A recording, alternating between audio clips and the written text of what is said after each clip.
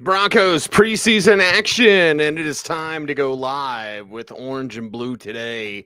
Postgame live. I am your host, Cecil Lammey, and we had a preseason game. I feel about this game because we had some good, we had some bad. We had the Broncos getting a win and pulling away from the 49ers in this one. 30-9 is the final score. Denver gets a win. Remember, they were undefeated in the preseason last year. We got to see Bo Nix. We got to see R.J. Harvey. We got to see Trent Sherfield lead the way there as a receiver for the Broncos. Lots to get into. Broncos defense showing up big. Broncos special teams making some plays. A lot to talk about tonight, I should say. Welcome into the program. Going to be going for an hour-ish or so, just until I've said what I need to say here in tonight's program. I appreciate everyone for jumping on board, and I want to know your thoughts about this preseason game because the beginning was not great, Bob, and it got better. But against the 49ers backups, I wanted to see more. I wanted to see some sharpness, but we saw some rust. Certainly the rust was evident for the Broncos in this contest, and it's preseason. Don't at me, bro. I'm in too good of a mood to be concerned about the preseason showing rust, okay? Wearing my sweet Beavis and Butthead Broncos shirt, officially licensed Broncos shirt, by the way. No bootleg stuff here. I mean, I do have some bootleg stuff, but no, this is officially licensed Beavis and Butthead Denver Broncos. So let's go. Let's talk about this thing because it was rough. It was rusty. It got better. Second and third team, there's some players certainly going to be talking about Trent Sherfield, certainly going to be talking about Blake Watson, discussing what this game means for Audric Estime, why Tyler Bidet is just the best number 3 back that they have, and Jaleel McLaughlin's just a separate case. But tonight's game wasn't as exciting as I wanted it to be. Maybe I should have been drinking more Mountain Dew as I crack this one open. We're in for a fun one tonight. Andrew Mason, of course, in Santa Clara.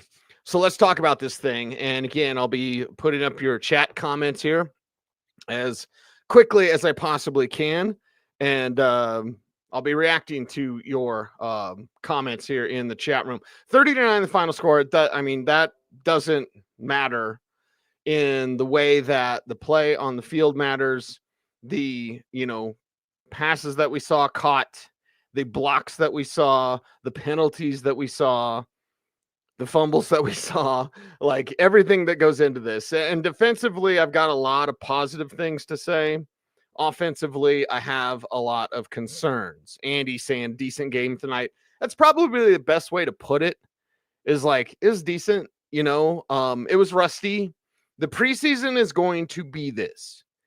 So I don't want, and everyone, listen, Twitter is the realm of the lowest common denominator. Sandy always said that, and I wholeheartedly agree. So I understand people saying things on social networking like, I thought this team was supposed to be elite. I thought this team was supposed to contend for a Super Bowl. All right, let's ease up there, Pollyanna. Because it is rust. It is the first preseason game. There isn't a certain amount of forgiveness. But yeah, at the same time, it's disappointing.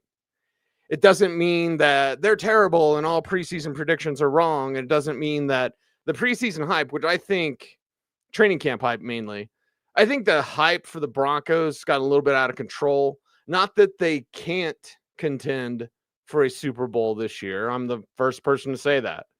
I said Super Bowl 60 is theirs until it's not. So it doesn't mean one preseason game, I'm changing my mind, this is a disaster. No, not at all. Anyone making those sort of proclamations, they're stupid. All right? That's just that. I don't want to be mean. I don't want to get fired. It's not personal out there, corporate. But yeah, if you're tweeting nonsense like this team was supposed to be elite and in the San Francisco backups, they couldn't, that's stupid. Don't be stupid. 2 rules in life: don't be dumb, don't be in a cult. And I think there's a cult of stupidity that grows and grows and grows on Twitter mainly, but a lot of social networking. It's the preseason. They were going to look rusty. They were going to look rough. I thought they'd look a little less rusty. That doesn't make me a hater. That doesn't make me right. That doesn't make my hair fix. It doesn't mean anything. It means it's the flipping preseason. That's what we got. So as Andy says, decent game. It wasn't what you wanted immediately, but there are plenty of things to take away from this one. And with Bo Nix, you saw him be a little bit off. Now, 6 of 11, 31 yards. Don't get the dink and dunk crowd going on Bo Nix. But you definitely saw some rust with some passes that were thrown with a little less air underneath them. I believe it was one to Troy Franklin. I know it was one to Sutton in the end zone. So there was a couple of passes where Bo would like to have him back. You know what I mean?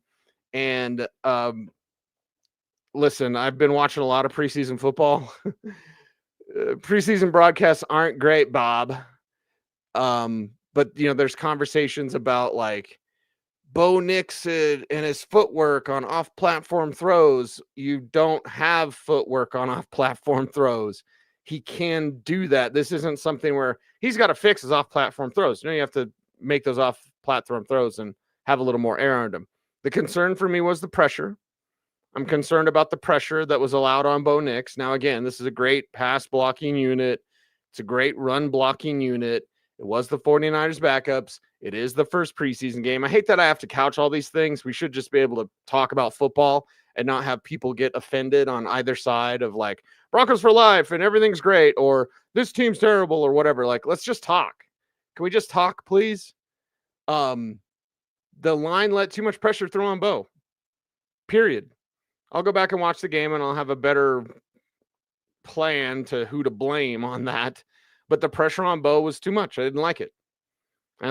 Especially with what I expect from that offensive line. And yes, expectations are different now. My expectation for this team is a Super Bowl. So I'm going to hold them to a very high standard. And if that means I'm going to sound like I'm nitpicky, then get as offended as you like. Because this team has the talent to contend for a championship. And it's the first preseason game. You're going to have some rust, but maybe not as much as they showed out there. What does that mean? What do you think it means? We'll talk about it. Andy saying Bo looked a little rattled, though that line early on was not helping. Exactly my point, Andy. Hadn't read your comment yet till I put it on the screen, but that's exactly my point. It's that just Bo wasn't able to get comfortable and get into a rhythm. And when he does, he's going to be lights out, and it's Bo Nix and Bo leave. And I got my buddy Dave with these stickers like Bo leave. Yes, we're all going to Bo leave. That's point blank period. That's what we're doing. But he wasn't able to really establish that rhythm.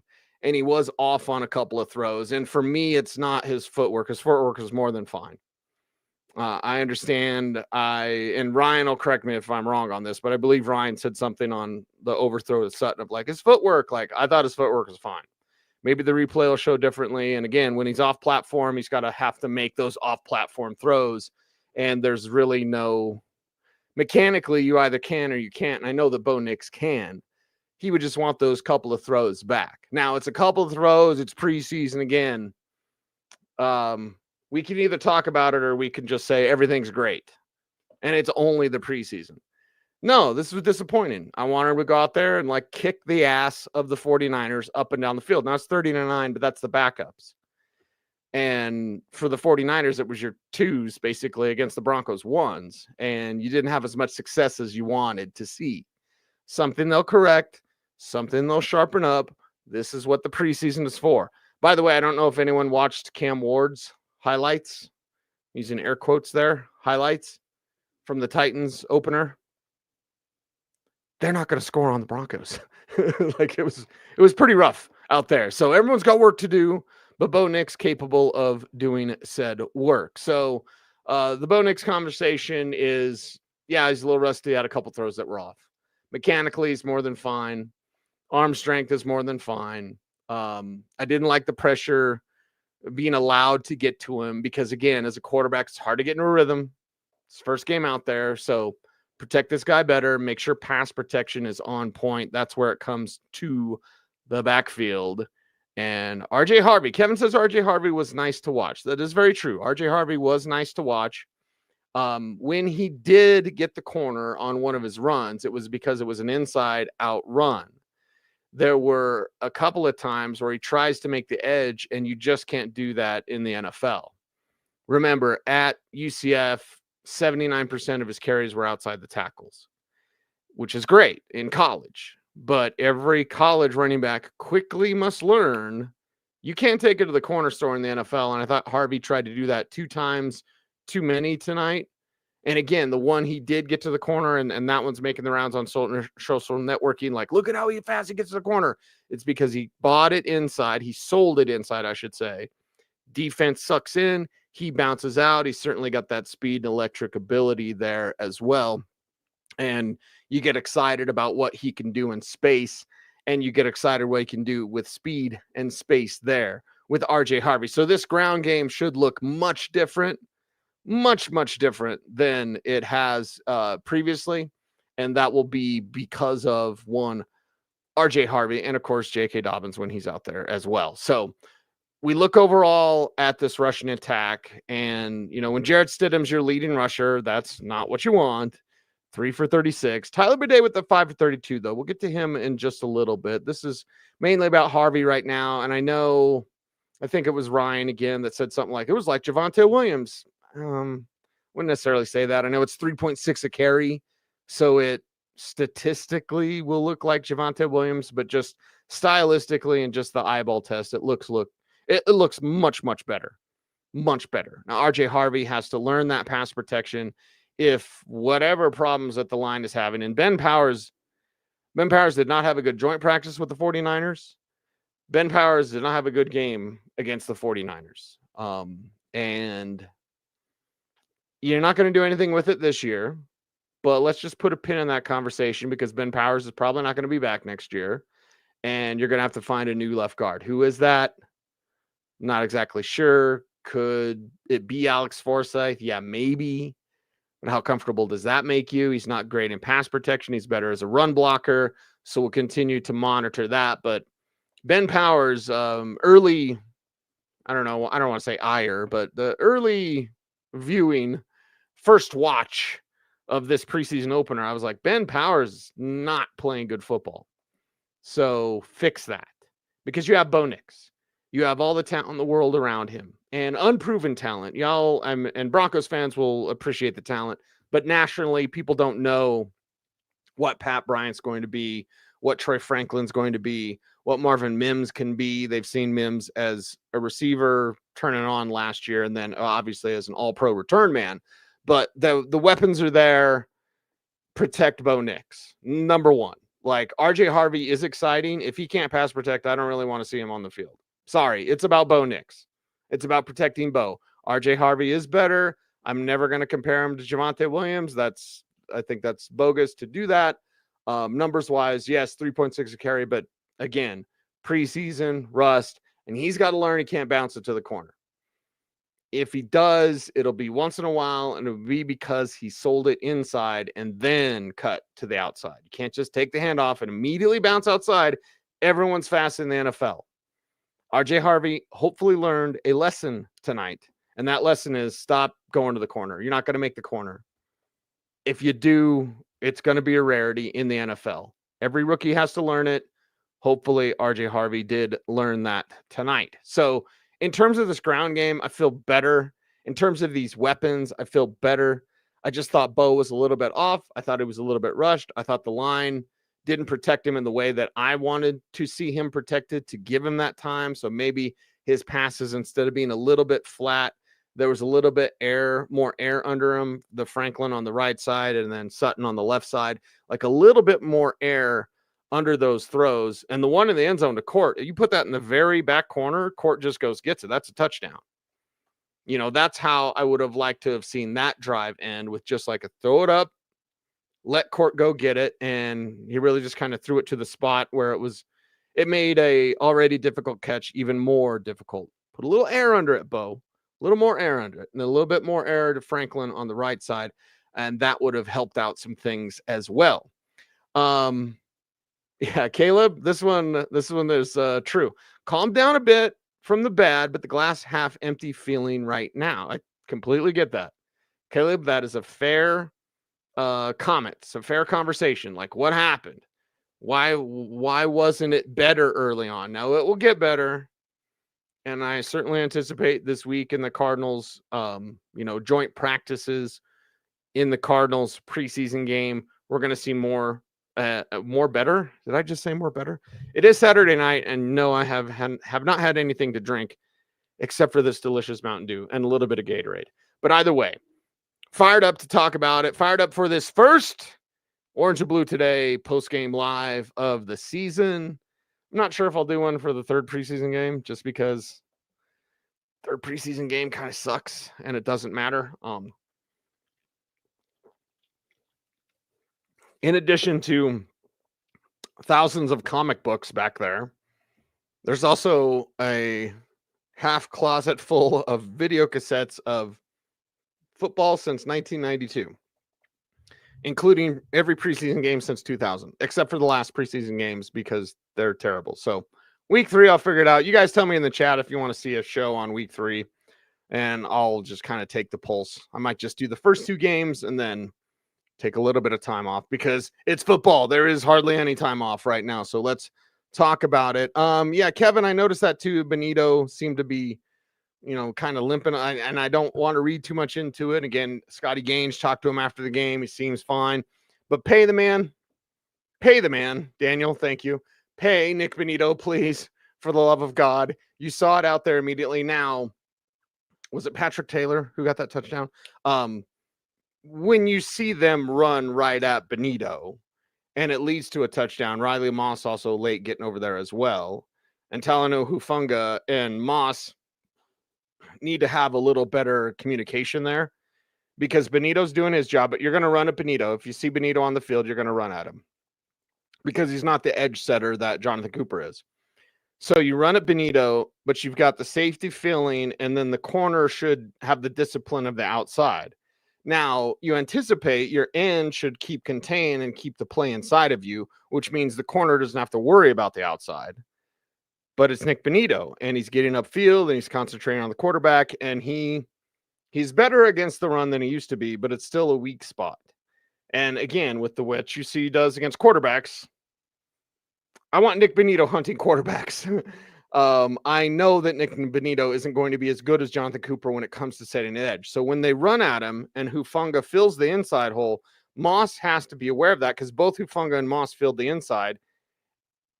And then Patrick Taylor just ran outside of Bonitto, and then it was touchdown 49ers. So Bonitto, pay him, let him rush the passer. Let him do special things as a pass rusher. Joan Ellis, Andrea Tillman, fantastic players in their own right, looking excited and very excited for their futures there as well. With Nick Bonitto, we can talk honestly about the flaws to his game, which is run defense. And then we can talk about how he's just electric when getting after the quarterback.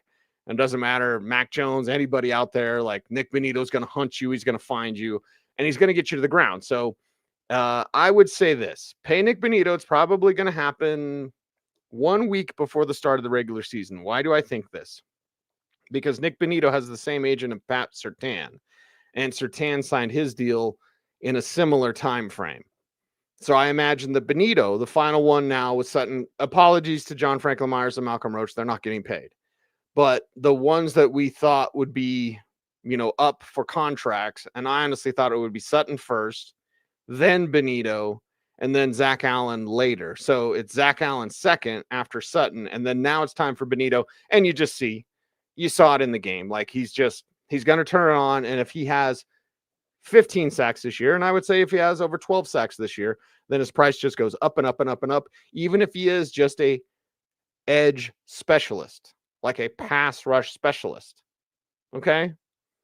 Not everyone's going to be that complete player on the edge. And hey, you're a pass rush specialist. All you do is get after quarterbacks. Yeah. Sure. Pay the guy. Pay Nick Bonitto and $25 million a year, whatever. He gets 15 sacks, he gets 17 sacks. Now you're 35 million a year. That's a big difference. Big difference. In Nick Bonitto's price tag there as well. So jumping around a little bit, first post-game show. Appreciate you guys checking out the chat room here as well. Chase saying RJ, Bidet, and Estime ran great. Estime did have that broken tackle, okay, and 9 carries, 24 yards, 2.7 a carry. But that broken tackle also was on a reception. So he gets the reception from Ellinger, and he turns upfield and he breaks a tackle, a couple tackles, and then gets 20 yards. So 1 catch, 20 yards. I'm glad he caught it. He's not as good as a receiver as Tyler Bidet or Blake Watson. So I wouldn't say Estime ran great. That one play that he had, the big play, the 20-yarder, that was a reception.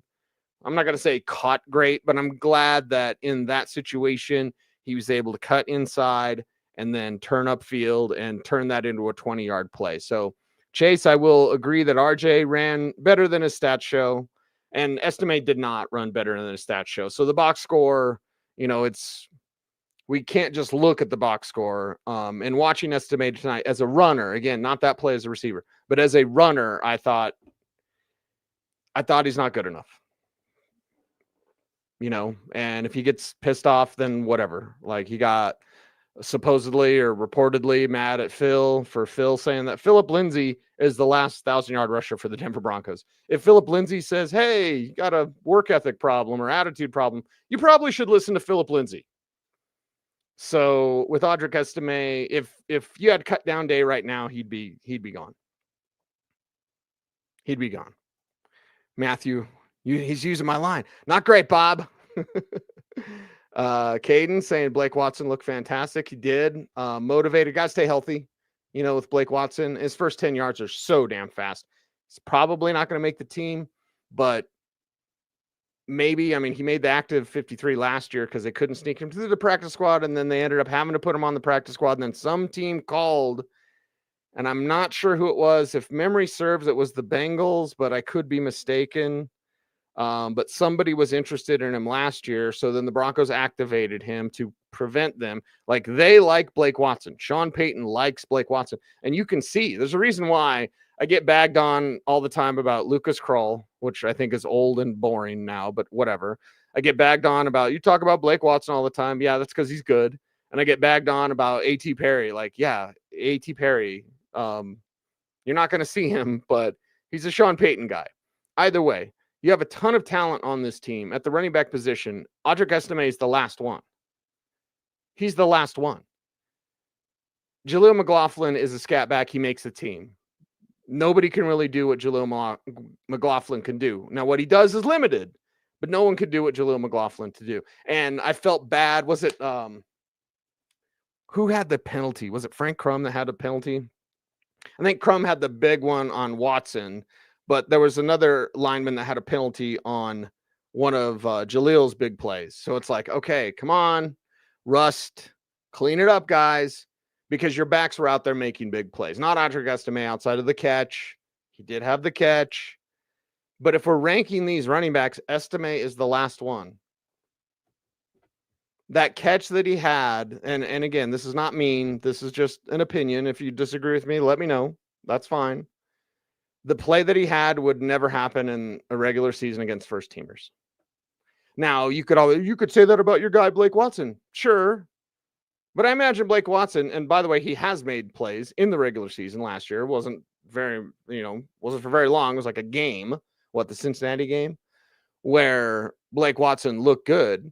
But that play Estime had, the catch that was 20 yards, catches it, makes a move inside. One, that defender who couldn't figure out an Audric Estime cut, that defender doesn't exist in the regular season. He's tackled right there at that spot. So instead of having the opportunity to make a guy miss, cut inside, build speed, and then, cut through a couple tackles and then land for 20 yards, that's probably like a 3-yard pass play. Could be wrong. And Audric Estime is the greatest runner the Broncos have had since Clinton Portis, but I have a feeling I'm not wrong about that. And Audric Estime is the last back on the roster because Tyler Bidet is just too good. You see it. You see why Sean Payton likes Tyler Bidet. Tyler Bidet could fill in for RJ Harvey, and there's not as much of a drop off. Harvey's still superior. Don't at me, bro. But like, there's not as much of a drop off if you go from RJ Harvey and J.K. Dobbins to Audric Estime, you're signing Jamal Williams the very next day. Like, you don't want to do that. Bidet gives you the chance to, okay, JK's a little banged up, RJ's a little banged up. We need someone kind of like both of them. That's Tyler Bidet. Can you sneak him through the practice squad? That seems to be the answer for everyone. And the answer is probably yes, you can, because of this year's draft class. Can you sneak Blake Watson through the practice squad? Probably yes.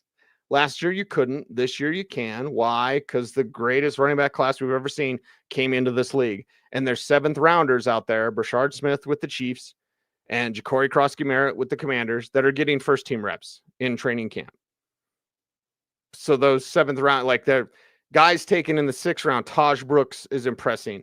Guys, I haven't seen Devin Neal preseason highlights yet, but like, so you've got some late round guys that are going to impress. It's a young man's position. It's a young man's game at the running back position. So, you know, and I hear from plenty of people. Mike Kliss has told me on air, like, hey, you don't cut your draft picks after a year, a 5th rounder like Audric Estime. And I just don't agree with that. I don't agree with that at all, because he's the worst back on the roster. And that's not being mean. You have to judge these things. The Broncos will judge him. So right now, that play notwithstanding, good play. Glad he did that. And you even heard Ryan say he looks a little frustrated. Well, and the missed blocks up front. Okay. All right. But is this part of the maturity stuff that Philip Lindsay got wind of? Phil's not saying that just to say it. When Philip Lindsay says, yeah, there sounds like there's some work ethic concerns or whatever, or some maturity concerns, I believe was the term. All right. Well, you're getting frustrated in a preseason game. Go make plays. He did make a play after that. Granted, the 20-yard play. So spending too much time on Audric Estime, I just don't think Bidet is much more interesting. Blake Watson, much more interesting. J.K. Dobbins is going to be the real deal. Preseason, I don't need to see J.K. Dobbins very much. And RJ Harvey learning the lesson of don't bounce everything outside. RJ does that. I think he'll be fantastic. Jason noticed Mike Patton at the beginning of the show. Yeah, just so anyone knows, huge Mike Patton fan. He's basically a musical genius. So when I do the post-game show, you get Mike Patton. Point blank, period. That's what happens. So thank you for noticing, Mr. Patton. Let's get back to the chat room. I'll continue on. Got more thoughts. Sutton's not worth the money with that drop. Sutton will be better. Sutton will be better. I know the Buffalo game he had a drop. In this game he had that drop. Bo Nix and him disconnecting on that touchdown. Like, Sutton will be fine. And his money, what is he, the 18th highest paid receiver in the league? It's not like they paid Cortland Sutton top 5 money or top 10 money or even top 15 money. He's the 18th highest paid receiver in the league. So Andy, I appreciate you, but I do not share the same sentiment that Cortland Sutton is not worth that money. This one coming in from Amia. Anyone worried about RJ's contact balance? Didn't look like there was much there. It looked like Harvey was trying to do too much at times. He does have fantastic contact balance. It's one of the hallmarks, and you could look back at the advanced data from UCF, or you could just watch the film, because he's a player that will continue on and keep his legs turning. He's Quadzilla, basically. So unlike Jaleel McLaughlin, who did have a nice spin move on the play that was called back, but Jaleel McLaughlin, like, his upper body is larger. He has 12 pounds extra muscle, all upper body. It was really good, but he doesn't break tackles because his lower body, he's like Mark Schlereth, them little chicken legs. So with RJ Harvey, he's got huge thighs. His thighs are as round as my waist, and he can run through, he can keep his contact. He's very low to the ground. I know Mike Evans has said Maurice Jones-Drew as a comparison, and I don't see that. I never did. I see it from the squatty standpoint, but not from MJD had something extra. Harvey to me is more Keaton Mitchell. Keaton Mitchell had a big preseason game, And he's back after his knee injury from 2 years ago with the Ravens. But still, like, that was my pro comparison. Hardly anyone knows Keaton Mitchell. Maybe you do because he made a play in this preseason game. Was that Thursday? I think Keaton Mitchell made a play on Thursday. Sorry, everything's running together because it's football season, preseason, but still. So, you know, not MJD, better than Keaton Mitchell, if you want to say. But, and it's one of those things like when Travion Henderson has the big play for the Patriots, you're like, damn, damn. Because I love Travion Henderson pre-draft process. And I know it was a return for the Patriots, but he also showed well as a runner receiver out of the backfield. You're seeing others. I mentioned Keaton Mitchell. You're seeing others, young running backs, and not Ashton Genty. He didn't 3 touches, -1 yard, but I digress. But when you see others, you can kind of get a little, I would say, envy, because RJ Harvey was Sean Payton's secret guy. RJ Harvey was so good on film that Sean Payton had to tell himself to shut up. His story, not mine. So even though RJ Harvey has a Keaton Mitchell comparison and not him, he's Maurice Jones-Drew, it doesn't mean he can't play. And I will tell you this, Peyton's going to make him work. RJ Harvey is talented. RJ Harvey does have contact balance. RJ Harvey has low center of gravity. I'm not going to call it power. Like J.K. Dobbins has power. Audric Estime is supposed to have power. Harvey has contact balance and leg drive. I'm not going to say he's like a thunderous runner, but he's also a runner that can run through those arm tackles. So I'm not worried, Amiha, about his contact balance. I know it's there, and advanced data proves that. And again, so does film study from his college game. Rusty things will get better, Patrick. That is very correct. Very correct. There's Denver Dave. Is that the same Denver Dave on Twitter? 30-9. Right. Court drop was annoying, not going to lie. Bows and accuracy worried me a bit too, a tad. Again, we can all say this. We can all acknowledge it. I don't believe what Zach Bye believes, and that 2 things can be true at the same time. I don't believe that because there's one truth. There's always only one truth. But either way, semantics aside and philosophy aside, we can say we were disappointed, and we can say it's preseason, they're rusty. That's not 2 things being true. That's just one truth. You have expectations for this team. I am so glad that real Broncos fans have real expectations for this team. I don't give a damn about the national guys. I don't care what they say about this. The team and Colin Cowherd going nuts. You're either Sean Payton's friend in the media, and he has a lot of friends in the media. He's friendly to national media, which is fine. He's friendly, especially if you're a lady. So you're either a friend, you don't know about football, and you just try to say something controversial. Nick Wright springs to mind. Or you're just going with the trend of everyone saying Broncos are the sexy team, Super Bowl team. Real Broncos fans know they are legitimate contenders for a Super Bowl. So the national media jumping on, I hope they jump off. I hope that they go away. Now, I have this team winning 13 games, so nobody's going away. It's only going to grow larger and larger and larger. And that's going to be a little bit annoying. But I think we can say both things. I was disappointed because the expectations are so high. And Trey, I think Trey solves this perfectly. Not inspiring early, but way too early to be concerned. Exactly. Roger saying Estime is number 5. So there you go. Panic button. All right. I like that. Sorry, you got to see me chug Mountain Dew while I'm doing this show. That's okay. Let me know your comments in the chat room. Gage says hi. Hi, Gage.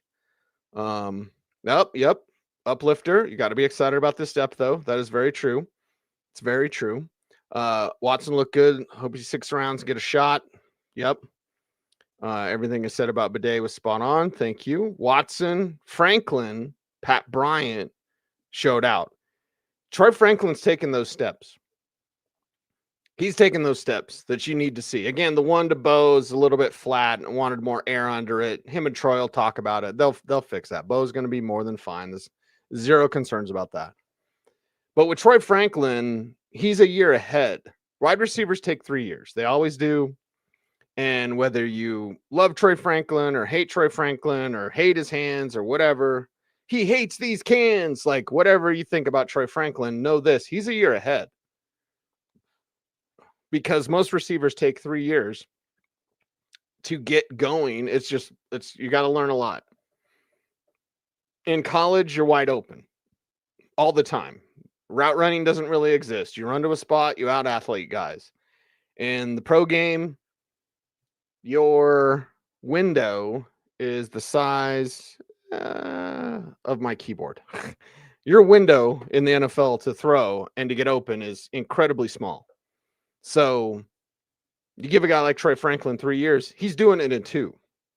It was like, name that tune. I'll give you 3 years, Troy Franklin. I could do it in 2. So it's good to see him take that from the practice field in training camp and from scrimmages to now the preseason field. Now he needs to do it in the regular season. Who's the number 2 receiver? Everyone screams. That doesn't matter. And I understand that's a conversation. And one, they have so many talented wide receivers. Like, I want to see Pat Bryant with the starters. I want to see Troy Franklin with the starters. I want to see Marvin Mims with the starters. I want to see Devon Vele with the starters. With Cortland Sutton, Evan Ingram, and then your backfield. Let's just say it's RJ Harvey. Those are your top 3 targets. Sutton's going to get 100 targets. Evan Ingram's going to get 100 targets. And RJ Harvey, if he has a Kamara-like season, Kamara had 81 catches as a rookie. If he has a Darren Sproles type season, I believe, and somebody could double check me, Darren Sproles' first year with Sean Payton, he had 82 catches. So is a running back going to catch 80 passes? Maybe. And maybe that's RJ Harvey. So who's the number 2 receiver? It doesn't matter because he's the 4th guy in the pecking order. Number 1 is Sutton. Number 2 is Ingram. There is no question. Number 3 is the running backs, plural, JK and RJ, because JK is a good receiver out of the backfield too. RJ, I think, is a little bit better of a receiver. And your best receiver as a running back is Blake Watson. He's a converted receiver. So there's that. Yeah, there were 2 Memphis backs on the field tonight because Patrick Taylor was out there for the 49ers. So he was a Memphis guy. All those Memphis guys, Tony Pollard, God bless America. Who's the other one? Is it Gainwell? No. There's a third Memphis. Why always I forget the other Memphis back? So Blake Watson, Patrick Taylor, Tony Pollard, and the other guy, I forget his name. They're all very well-rounded. Not all converted receivers like Blake Watson, but Watson, he can make some plays. He showed out. And Pat Bryant, I got to see that guy some more. Pat Bryant, the one word, and I don't care if you're sitting around a sports bar. I don't care if you're out on the golf course. I don't care if you're at the comic book store and you're talking Broncos. All I want you to say about Pat Bryant is this one thing. He's clutch. He's Mr. Clutch. So as a number 2 receiver, that'd be pretty good. But Troy Franklin looks pretty good with that length and speed. And then Marvin Mims with that speed looks pretty good. And then Devon Vele with that size looks pretty good. So there's a conversation here. I think I alerted Zach By on Friday because I said, hey, one of these guys isn't going to get a jersey, so you might as well pick up the phone and call. I know injuries can happen, but Trent Sherfield's going to get a jersey every single week. He's going to be your little Jordan Humphrey and with better hands. But Trent Sherfield's getting a jersey every week at the wide receiver position. Either Franklin isn't, Vele isn't, Bryant isn't, or, well, Mims will, but still, like, one of those 3 is not going to get a jersey. So because of that, Howie Roseman gives you a call for Devon Vele. You might want to pick up his call. I'm getting a little bit ahead of myself, but everyone remember, football it's not love. It's not forever. Tim Patrick got traded after he had a great training camp. Not traded, he got cut and then picked up, but still, like, it happens. It happens. Put a pin in it a little bit early for that conversation. Want to recap more of this game and then get your guys. Denver Dave there, he says secondary going to be trouble. That's very true. That's very, very true. The secondary out there making plays. Love Chris Abrams-Drain. Love that Jaquan McMillan, who definitely has confidence, like with Damari Mathis, who I know did the one thing, he did the incomplete in the end zone when the pass wasn't even anywhere near, but whatever. Damari lost his confidence. I hope he gains it back. He's probably not going to make the team. You see Jaquan McMillan get beat, and you're like, oh, God, that's not great, Bob. But then he comes back and makes a play. Like, that's Jaquan. And his coverage was fantastic. It was just, one of those things where your coverage can be tight. It can be on the money. And with Jaquan, he's never egregiously out of position. Jaquan McMillan's never out of position so much. You're like, God, that guy doesn't know what he's doing. No, Jaquan definitely studies this game. He was right in position, just, a great play made. And there you have it. But he comes back, he makes a play. So KAD making plays. Jaquan making plays. Barron out there looking good. Riley Moss should have, on that touchdown, should have known and stayed outside, especially when Hufunga's filling that hole. If Hufunga's going to fill the hole better than you. And you have to remember contain. And obviously, if you're on Nick Bonitto's side, you have to remember contain. Anyway, so for me, the secondary is going to be trouble. And it's going to be trouble to figure out who you're going to keep because you have tough decisions. Not everyone's going to make the team. Not everyone's going to make the practice squad. There are some players that are really good that aren't going to make this team. Paul says Prescorn was out there. Yeah, I saw him catch a bunch of passes from Jackson Dart in college. And he was out there in the backfield too. So is he like a Nate Adkins in training? Yeah, maybe. Q and Savion played decent for their first game. I thought Savion was outstanding. Q's not as good as he was before the pads came on. Q Robinson looked like a revelation. Rookie minicamp, he's batting down passes. OTAs making plays. Mandatory minicamp making plays. Training camp making plays. And then the pads came on and he stopped making plays and he got banged up. In this game, he didn't have the game that Savion did. I thought Savion had an outstanding game. And you see why John Franklin Myers isn't going to get paid and Malcolm Roach isn't going to get paid because you've got Savion. He's there to be a future stud starting on the defensive line. Stud player, one of my favorite picks for this team, and wasn't a fan of all the picks. And even Q, I was like, I'm getting Delano Internal Yell vibes from Q Robinson when they picked him. Could totally be wrong, and if I was, that's fine. But remember, this guy didn't get on the field until Nick Saban left Alabama. Maybe it means something. Maybe it means nothing. He's physically, and that's why when people talk about Q Robinson, it's like, well, physically, he's got everything. Yes. He's got to put it all together. Now, hopefully, Vance Joseph can get it put all together and that he can continue on. I know that his outstanding play has not been followed up by outstanding play when the pads came on. And I personally, I'll disagree a bit with Kevin here. I don't think he was as good as Savion. Savion was outstanding. And Q was good. But Savion was outstanding. In my opinion. Paul says your boy Kroll had a game. Yeah, getting wide open, that's never going to happen again. He also had a drop. You know what I mean? So, and I don't think he makes the team, but we'll see. I think he's had his opportunity, and it was last year. He had a real opportunity last year. And what do you have, like 19 catches or whatever? You're not gonna hang around when they keep, they draft Caleb Lohner, who is a project, and Lohner has made some plays, both as a blocker and as a receiver.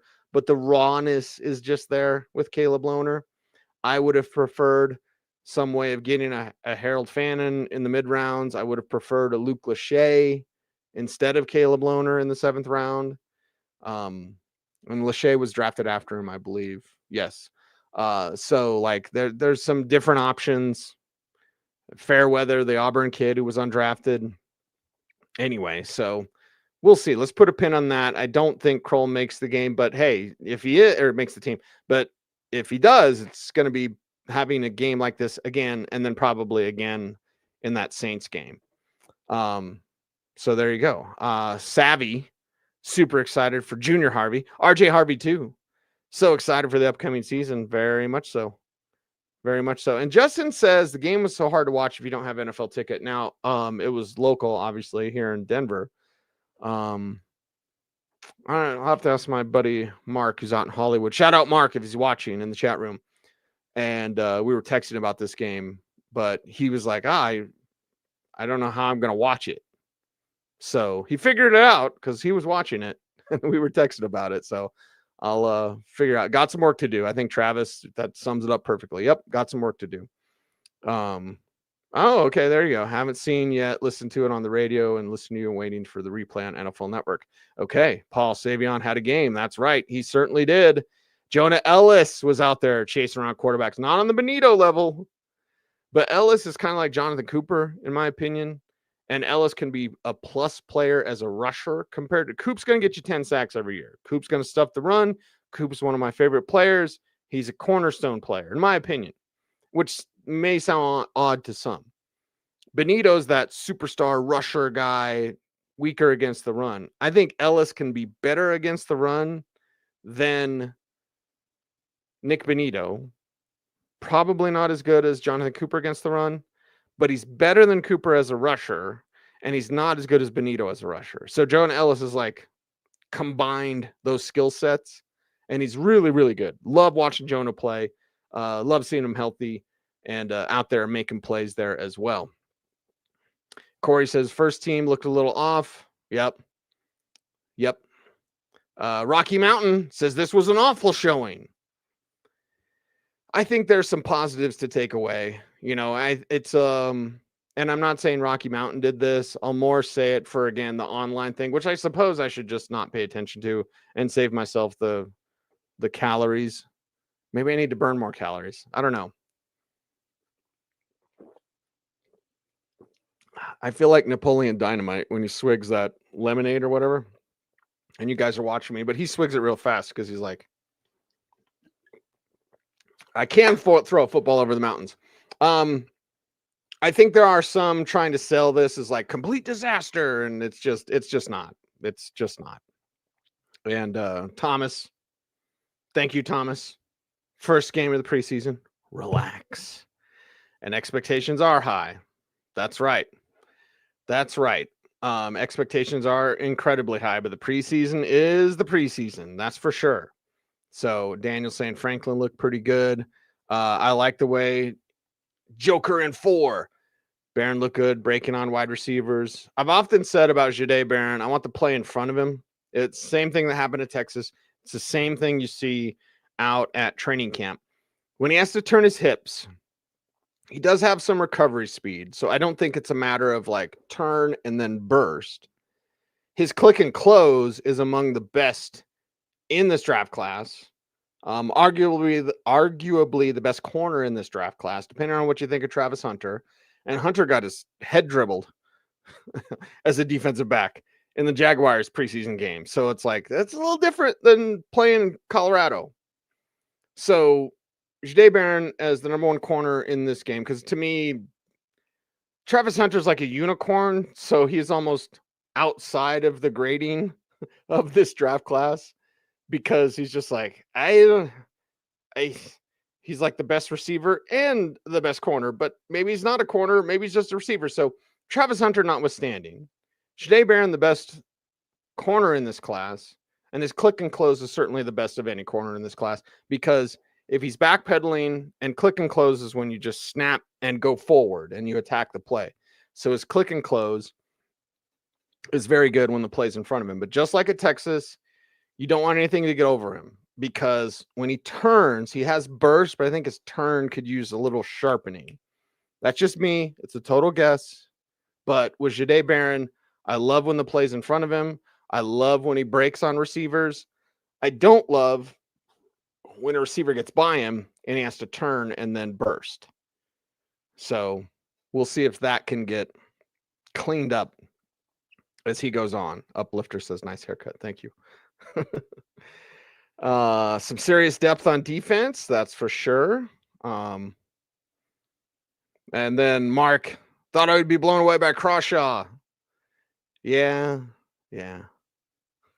Oh, Homage shirts, the most comfortable shirts ever. That's right. Got the little H on the sleeve. Everyone go get your Beavis and Butthead. Unless you're young, because my daughter, Avery, my youngest, she's 19. And I was super excited about this shirt. And I was like, look, I got a Beavis and Butthead Broncos shirt. And I was like, do you like Beavis and Butthead? And she goes, no. I said, why? She goes, because they're stupid. Like, oh, okay. I mean, they are, but she's more of a South Park, Family Guy, little Futurama. Like, so maybe it's just a generational thing. Or maybe I'm just old and love dumb TV shows. Mike saying, it's preseason, everybody chill. Auntie, chill. Yes, that's true, Mike. That's true. Everyone should chill out. How has the offense been consistent in camp? From the sounds of it, not really, so this checks out. Miranda asked that. The offense has had some plays. The offense hasn't ever really won a day. Now, I think that's overblown to say they've lost every day. I think there's some days there have been draws out there. Some days the defense is absolutely dominated. Last Friday, so not yesterday, but a week ago, the offense couldn't do anything. Starters, backups, nobody did anything. Defense kicked their ass. Saturday was a scrimmage, and the offense had some fight. Troy Franklin dropped a touchdown to finish practice, or else that would have been like, oh, offense fought back. Offense might have won that day if Franklin catches that pass and ends practice on a touchdown. So as far as practice, but this is practicing against the league's best defense, it's been a work in progress. And that doesn't mean the offense can't get going and can't be the greatest or whatever. But no, they are adding more wrinkles in. This isn't last year's offense. Bo Nix ran so many simple things last year because he had no ground game and he only had one receiver. He had no tight end, and Marvin Mims came on later, but still, like, Bo Nix was running not the full playbook. This year he's running the full playbook, and that's going to take some time to get fully going. Sail concepts are back. Counter plays are back. Wide zone is back, although they ran plenty of wide zone before. So there's some new additions and a more robust playbook to go through. Not making excuses. I'm just saying what's happening. So what's happening is they're putting more of the offense in. They're going against the league's best defense in practice, and they haven't won a day. They've tied some days against the defense, but they never have won a day against this defense. And again, I don't think that's outlandish. I don't think alarm bells should be ringing. I don't think anything like that. Was as flat as my hair. Well, let me go tease my hair then, NorCal. Sometimes when it gets too wavy, I don't mind when it's a little flatter. 30 unanswered points in a preseason game. If people are still complaining, LOL, just stop. They're not going to, William. I apologize. Jermaine says hi to everyone in the chat room. That's true. That's true. Did fine tonight, says Mike. 30 unanswered points. Yeah, against guys that aren't going to make the league. The 49ers played their backups, so by the time like they were rolling, it was guys are going to be selling cell phones. Daniel says, first rule of preseason, no injuries. So there you go. Travis thinks Estime's on the outside looking in. How can Dobbins and Mathis have the same number? Because they haven't cut Mathis yet. I mean, I don't want to be mean, but that's when J.K. Dobbins comes in and he's rocking your number, it doesn't mean good things for you. It means you're not making the team. And if he does make the team for whatever reason, then he'd obviously have to change his number. But yeah. And then Andy says, I hate all the behind the scrimmage stuff Sean does, man. Ben Powers looked bad, and Frank Crum doesn't need to be on an NFL roster, LOL. Jason, I like Frank Crum. He's really raw, and you see that rawness out there. And unfortunately, and that was the Watson play where Crum gets out in front of him, and Watson makes something out of nothing. Was that like a 3rd and 12? And then Watson picks up like 20, but then Crum was out blocking too soon because they set up a screen, but Stidham kind of stopped, and then he threw the screen, and Crum was doing the timing. You're counting 1001, 1002, and then you're going to block downfield. So Crum's timing was on, if Stidham would have thrown the screen at the proper time. But because Stidham went this and then he did this, just that much time. Sorry. Slamming Mountain Dews makes me burp, so I apologize. But like that timing was off so that Crum then went out and got ahead of the play. Not making excuses, but and again, Crum super raw, but really big, really strong, really athletic. He's a project worth spending time on. Does that mean 53-man roster? Probably not. But it means Zach Streif's got a project, and a project that's worth the time. It's a rare traits that he's got. Most big guys aren't that athletic. Crum is incredibly athletic. So rough, true. Better, hopefully. We'll see that about Frank Crum. But just going through JL Skinner is underrated. Skinner needs to continue to make more plays on defense. That's for sure. And that's a guy that is already a good special teams player. They've got some of those guys. Hey, praise to Justin Sternod. If you've watched the Orange and Blue postgame show before, you've seen me lose my mind over Justin Sternod because it's not been great, Bob. But Sternod, and again, that was after the Riley Moss injury last year, but like Sternod's play fell off. But then he's come through during joint practice. He's come through during the scrimmage. He's come through during training camp. He's really making plays with the opportunity with no Alex Singleton, no Dre Greenlaw. So at least Sternod has continued to make plays because there's levels to these things, man. You can look good in practice with no pads. What do you look like when the pads come on? You can look good in practice with pads. What is it like in the preseason game? You can look good in a preseason game. What is it like in a regular season game? With this starting experience that Sternod has, there gives you confidence that once the regular season hits, if he needs to get in there, you'll get some good play at the inside linebacker position. So that's a good thing. That is a good thing there as well. Just going over and trying to find some players that I could talk about some more because I have still a lot to say. Dondre Tillman, I like the way that he looked out there as well. I've already talked about Chris Abrams-Drain. Q Robinson, I've talked about. Josh Pickett, could talk about him a little bit there as well. Karani Reed, okay, very good, very good. Like seeing that at the inside linebacker position. Again, you got to see what kind of depth you have and how that works out. So we'll continue to watch Reed out there, who's been making plays at training camp, and I believe got the highest bonus of the UDFAs. Jordan Jackson, super tough decisions on the defensive line.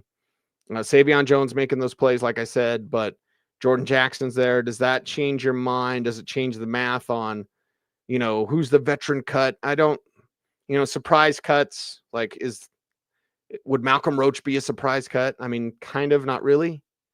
But Jordan Jackson changes the math. Savion Jones is already making the team. He's a third-round pick. But that's something. Oh, Ajay says Niners were also rushing every play. Yeah, it was second stringers trying to make some plays. Ben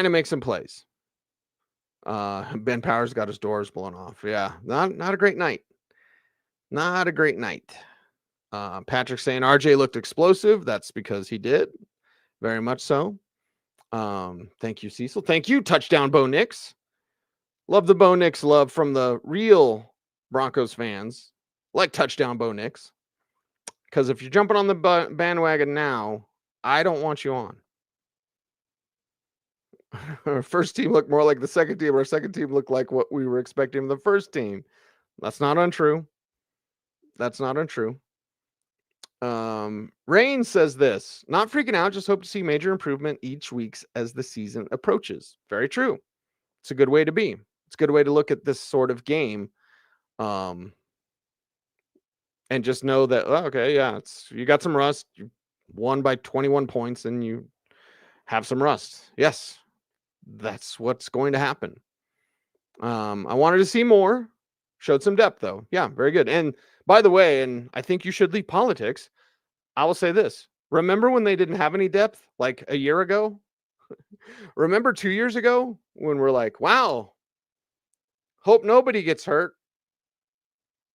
ever. like, it wasn't that long ago when you kind of sometimes you have to polish a turd. And I've often said that people respond positively to positivity. And at times I'm accused of being a Broncos homer because I tend to be positive.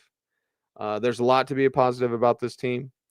But a couple years ago, there's also some situations and some players you're like, oh God, they don't really have anybody. This is bad. You can't say that now. Y'all don't say that because now you go, wow, the depth is there. Defensively, there's plenty of depth. Now, wide receiver, there's depth. Running back, there's depth. You got problems there. Offensive line, let's figure some things out. Depth at tight end doesn't really exist. You have Evan Ingram essentially for this year, in my opinion, and then next year you got to start thinking of the next guy after him because I think Ingram's here for 2 years, and then you're moving on. So you have to figure out who's next because I don't think it's Lucas Kroll. I don't think it's Caleb Lohner. I've never gotten a Julius Thomas vibe from Caleb Lohner. Doesn't mean that I couldn't totally be wrong. I mean, hell, there's no college film. And he had 4 catches. There's no college film to break down. Julius Thomas at least had 41 catches at Portland State his final year and was at the Shrine game, which is where I fell in love with Julius Thomas and talked to Brian Zanders at Hooters about him. And Brian Zanders said he forgot his wallet. So I paid. I don't think he forgot his wallet. But anyway. So yeah, I don't get a Julius Thomas vibe from Caleb Lohner. Could totally be wrong. That's fine. But the future tight end I don't think is on this roster. Like stud tight end. Evan Ingram stud this year. 100 targets. I've got him at 69 catches. It might be more than that. I've got him at 4 touchdowns. It might be 8 touchdowns. The red zone is going to be tricky to figure out, like, who's the guy? Is it Ingram? Is it Sutton? Is it Jaleel just getting to the pylon? I want Jaleel to do that. Why does my sister come into the chat room and never say hi to me? It's always hi to Dennis. Is that just me? I see my sister in the chat room regularly on Orange and Blue Today. Thank you, Carrie. I appreciate you and I love you very much. But she never says, what's up, Cecil? Now, she could text me, but it's always, what's up, Dennis? The lights off my glasses are killing him? I'm sorry, Kenny. I'm trying to look down at my screen instead of looking up at my camera. I used to have, and these are just like computer glasses for eye fatigue. I used to have the glasses that were non-reflective when I was doing TV in Austin, and then I lost them in the ocean because a wave came in and hit me in the face. So there you go. I was hoping the punter would be better. We'll put a pin in that. Mace is the punter expert. He'll talk about that. Broncos, baby. It was just great to see him back out there.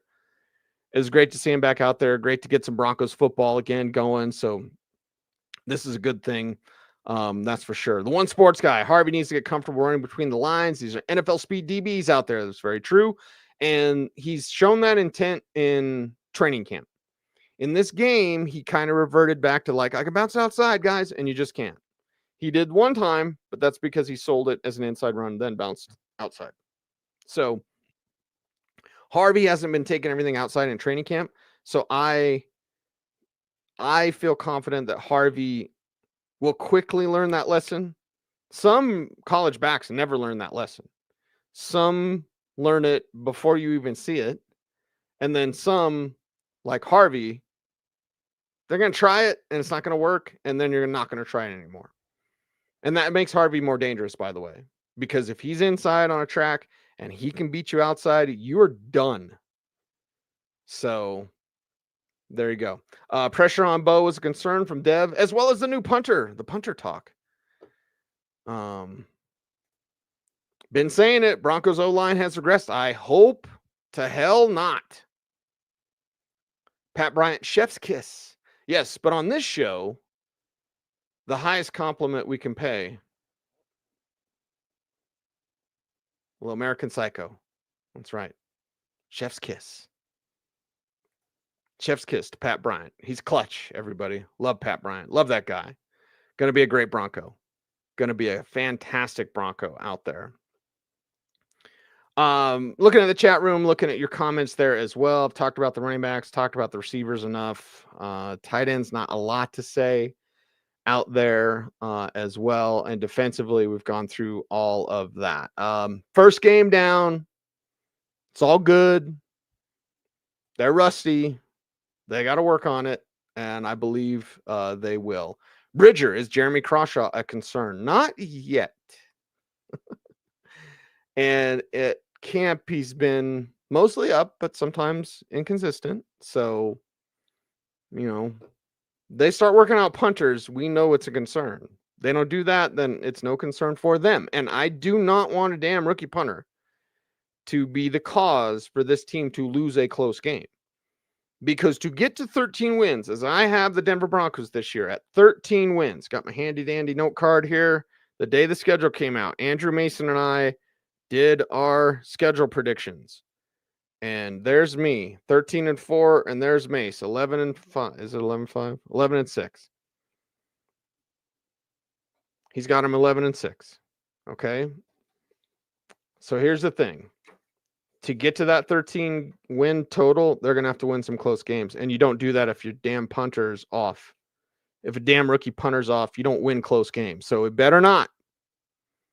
You better not. To quote Jack Nicholson in Batman 89, you better be sure. You better be sure. Aaron, Watson looks nice. I'm telling you, he's like a mix of Dobbins and Harvey with better hands. He's got incredible hands. Again, converted receiver, so he can run routes. He's got great hands. For real, Rambo. Who's leaving the chat? I don't know. I guess I missed something in the chat. Anyway, impressed with Pat Bryant. That's right. O-line was bad. That's right. What's up, Tommy? Now somebody's talking about Shedeur. I'm not talking about it. I feel like Bill Belichick's girlfriend. Although, who would want to feel like that? We're not talking about it. We're not talking about Shedeur. I'm not doing a Browns post-game show. And his thing with Tony Grossi where he was like yelling at him. I'm like, yeah, I think that was staged. SEAL Team Knicks and Broncos Nation represent. Love catching live, Cease. Thank you, Dan. Appreciate you. Broncos Country represent and SEAL Team Knicks. It's better than Meal Team 6, but SEAL Team Knicks. I like that. And then Jason says, we need a live stream you going through your long boxes. That may be coming to my personal YouTube channel when I buy collections.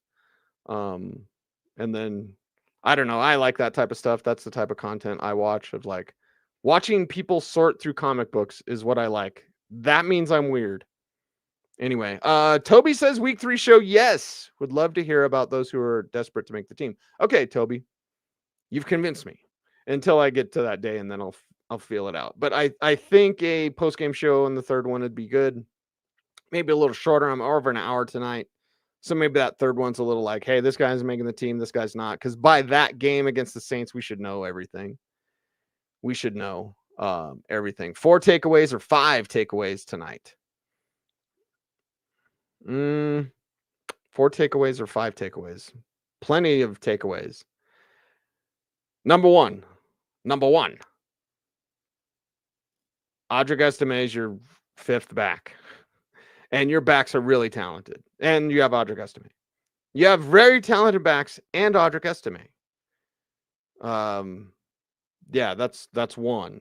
2, I think Troy Franklin is your number 2 receiver. I don't think it matters as much because I think the number 2 receiver changes. But Franklin has been doing good things. So we'll continue with that. And We'll continue to watch that with great interest. Bo Nix is going to be fine. He had 2 passes with a little flat tonight. Needs to put more air under it. One to Cortland on the left for a touchdown. That would have been a touchdown. And then one to Troy Franklin on the right. So, Bo, with that rust, he'll clean it up. Savion Jones is a stud playmaker extraordinaire. And then the secondary, big time playmakers in the secondary. And Nick Bonitto. So, again, I think that's like 6 takeaways there, Mike. I mean, Nick Bonitto just getting after it. Jonah Ellis getting after it. So, you love to see that. So there you go. What's on the side of my face? Is it my hair or my birthmark? I don't know.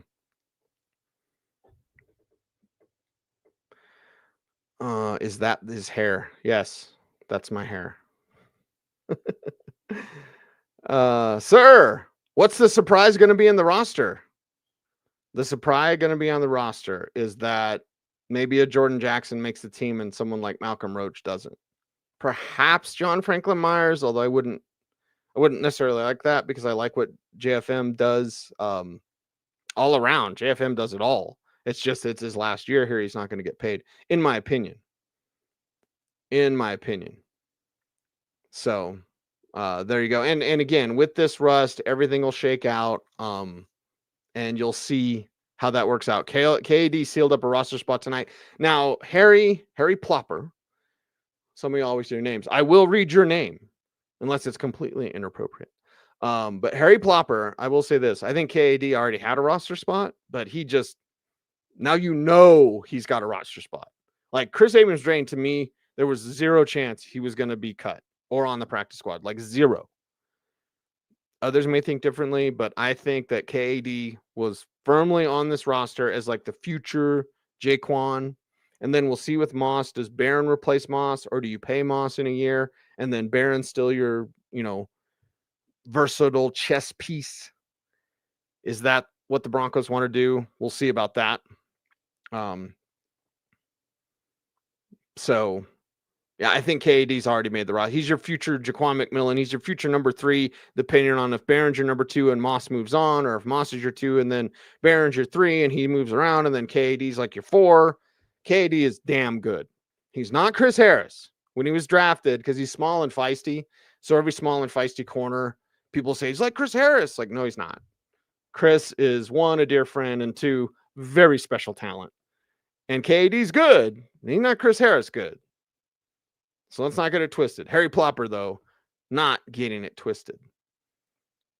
Oh, William says, sucks. I've heard Estime looks just flat out there like Pookie. Rambo says, I have 45 comics ranging from 89 to 93. Hook it up. Let me know what they are. Always buying collections if I can. Who cares about kids' book? Oh, God. Trolls. Stiddy was getting busy. That's another takeaway. Stidham's fine as your backup, right? He's fine. I'm not saying he's the greatest or whatever, but if you need Stidham for 4 games, I feel he could go 2-2. Maybe 3-1. With this defense, let's say 3-1. If you have Stidham for 8 games, then it's disaster and season's over. If you have Stidham for a couple games, Bo's a little banged up, Stidham's in, you're fine for a couple of games. Not for much more than that. So, there you go. Estime is practice squad. I'm not even sure about that because Bidet's probably practice squad and Watson's probably practice squad. And Rowan, your receiver, and Joaquin Davis, your receiver, are practice squad. Karani Reed is probably practice squad. So your practice squad's filling up. And I believe Daniel has it right. Estime needs to run like he's 215, 220. He's not there yet. He runs a little more dainty than I would like to see a big back run. Big back needs to throw around his size. And he should be like a Brandon Jacobs, if people remember him. Was he Illinois, Southern Illinois? Brandon Jacobs? Anyway, New York Giants. I think I saw him at the Senior Bowl. But that's a big, swift, physical runner. That's what Estime should be, and you just don't see it. So, Bo didn't have time in the pocket. Ben Powers made sure of that. Ben Powers is a problem. Hopefully less of a problem the closer we get to the regular season. So there's that. Watson and Bidet need to make the 53. Not sure that they will, but they need to be on this team if you can. KD going places. Yep, that's true. All right. What's that shirt, Cecil?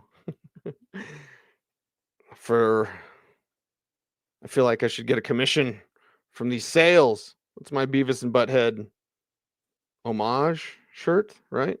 Very comfy. And has Beavis and Butthead, officially licensed Broncos Beavis and Butthead shirt. I had to have it. It was one of those late night scrolling things where you're just like going through the videos, all up in the videos. And then all of a sudden I was like, Beavis, I like Beavis and Butthead. I like the Broncos. I'm going to buy this. And then I forgot I bought it and it came in the mail. I thought my daughter had got something. I was like, what's Avery getting online? Who's buying stuff? And then it was me. And then I was like, oh, I forgot I bought that. Don't scroll and buy too much. And then finally get to watch on NFL Network. So they must be replaying it. I'm going to watch it again probably 2 more times before Monday's Dover and Cecil. And that comes up at 10 a.m. So, and then, of course, Orange Blue today at 5 p.m. Andrew Mason, catch everything he's doing, denversports.com and at Mace Denver on Twitter there as well. So, there we go. All right. Expectations through the roof, Crispy. That is correct. There are expectations through the roof, and we want to see him match those expectations. So we'll see about that. Zero Sugar Baja Blast. Now I'm going to have to go get another Mountain Dew.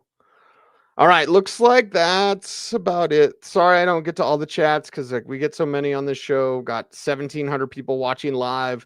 Thank you very much for that. Appreciate you all out there. We're almost at 20,000. Baby Hammer Bars. We're almost at 20,000 subscribers on our YouTube channel. So thank everyone for that. And appreciate you guys for helping us out there. Because 20,000, you really algorithmically, if that's a word, your channel can really take off after that. So we've been working hard behind the scenes on our Denver Sports channel to, get as many subscribers. I want the plaque. I want the plaque back there. Well, there's Save the Cat, and then I've got my Todd McFarlane book that he signed to me. He said I was awesome. So thank you, Todd McFarlane. You are my idol. There's my Chewbacca. It's fake. My buddy Carlos, Big Top Collectibles. He's like, I can tell that's a fake. Yes, Carlos, I'm not going to have a 12-back 1977 Chewbacca on card because that's kind of expensive.